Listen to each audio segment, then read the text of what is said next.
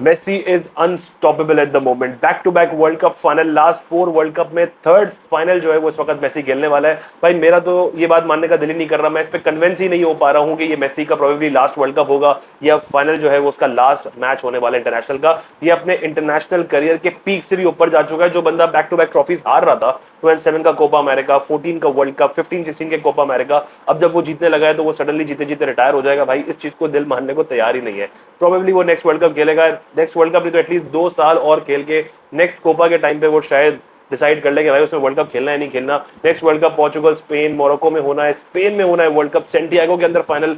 ऐसे कैसे हो सकता है कि मेसी एक और वर्ल्ड कप ना खेले, एक और फाइनल ना खेले और सेंटियागो में वो अपनी शर्ट वाली सेलिब्रेशन ना कर रहा हो? भाई ये चीज दिल मानने को ना तैयार नहीं है। सुपर बैलन डियोर जीतने वाला प्लेयर है ये बंदा। जब ये अपना 6th या 7th बैलन डियोर जीता था ना, उस वक्त भी कंफर्म था कि यही सुपर बैलन डियोर जीत रहा होगा। But at this point of time कोई कंपटीशन नहीं है, कोई मुकाबला नहीं है, कोई डिबेट ही नहीं है इस चीज के ऊपर। एक ऐसा बंदा 8 बैलन डियोर, वर्ल्ड कप, एक और final, golden ball, golden boot, सब कुछ जीतने के बाद ये बंदा सुपर बैलन डियोर ना जीते easily without any debate, Messi जो है ना वो सुपर बैलन डियोर इजीली यहां से निकाल लेगा। But what a game it was, world cup semifinal. सबका ये लगा हुआ था कि कितना बड़ा कोइंसिडेंस है कि मेसी ने कोई बड़ी टीम नहीं खेली, इंग्लैंड को नहीं खेला इतने साल तक। भाई शुक्र मनाओ कि नहीं खेला, इतने साल तक इतनी टीमों को खेला होता ना तो ये सारी टीम एक्सपोज हुई भी होती कब से, कितना एक्सपोज कर चुका होता वो। Again what a brilliant semifinal it was. Clearly Argentina were a better side from the word go, first minute से, क्योंकि इसमें सिर्फ इमोशंस नहीं थे, एक पूरी हिस्ट्री थी फॉकलैंड आइलैंड की। इंग्लैंड वर्सेस अर्जेंटीना इतने साल बाद हो रहा है, इमोशंस हाई थे। और from the word go in fact national anthem के टाइम से ही नजर आने लग गया था कि भाई वो जो एनर्जी है ना टीम के अंदर, वो जो जोश है, वो जो मैच जीतना है, डोमिनेट करना है, वो क्लियरली नजर आ रहा था। और मेसी, उसके लिए तो भाई अल्फाज खत्म हो चुके हैं।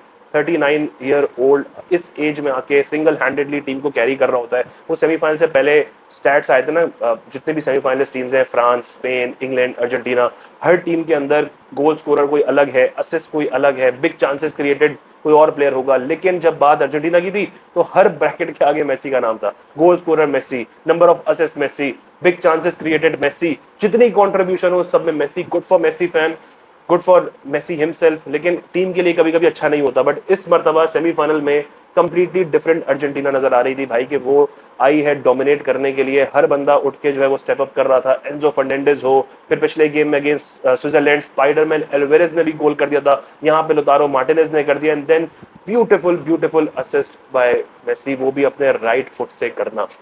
आउटस्टैंडिंग भाई, insane, it was insane from the word go. Argentina game में टोटल डोमिनेट करती हुई नजर आ रही थी। इंग्लैंड का अगेन प्रॉब्लम ये था भाई, मेरे तो समझ में ये नहीं आ रहा कि आप 1-0 लीड पर हो, आप गेम जीतने की पोजीशन में भी हो, क्या चुल थी कि मेसी को प्रोवोक करना है या उसको उंगली करनी है? भाई मैच से पहले लगे हुए थे कि मेसी जो है वो फर्स्ट टाइम इंग्लैंड के अगेंस्ट खेल रहा है, हमें कोई थ्रेट नहीं है, हमें कोई फेयर नहीं है, with this midfield easily we can score 2, और मेसी का हमें कोई टेंशन नहीं है, will put him on the bed.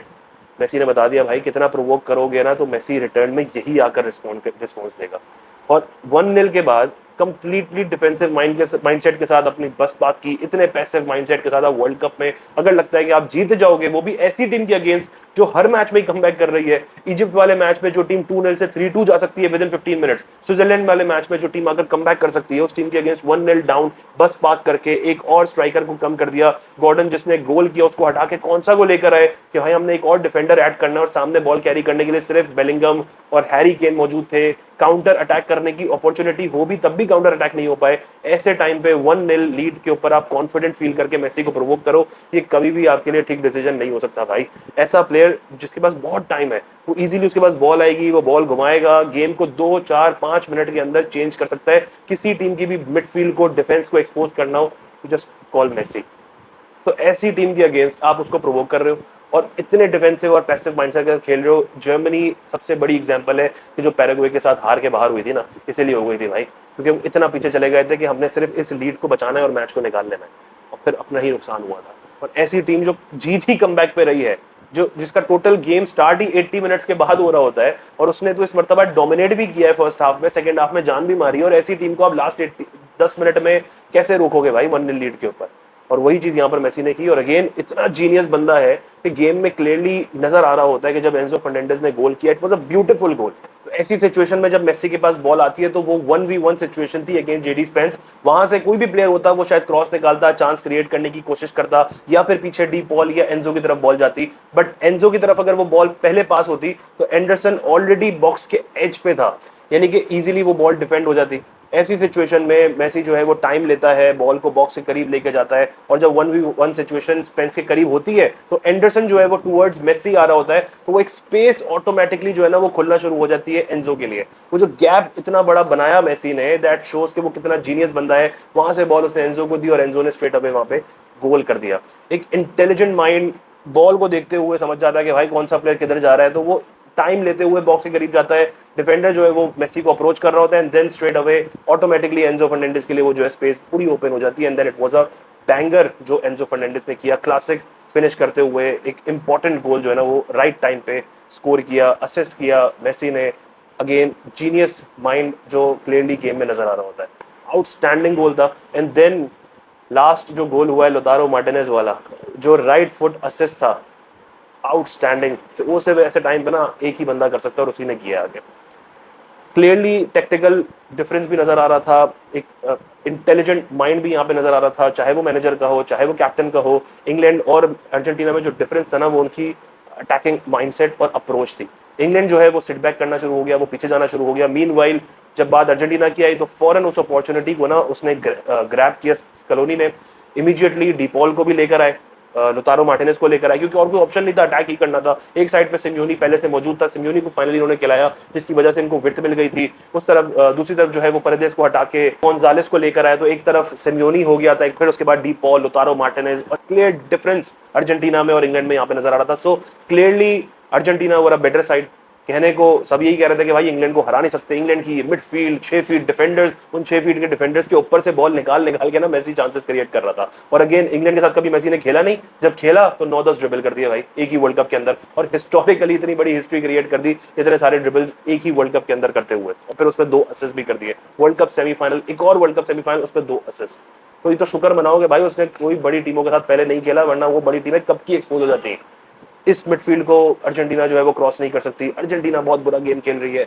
ये स्पेशली गेम्स के अंदर अर्जेंटीना लग रहा होता था कि यार यहाँ पे आके डेड हो रही है, हार रही है, बट देन सडनली वो कम बैक करते थे। But right now step up करना शुरू कर दिया है, स्विट्जरलैंड के अगेंस्ट हो, इजिप्ट के अगेंस्ट हो, अभी इस इंपॉर्टेंट सेमीफाइनल में आके एक पूरा एक टीम परफॉर्मेंस जो है ना वो नजर आना शुरू हो गई थी।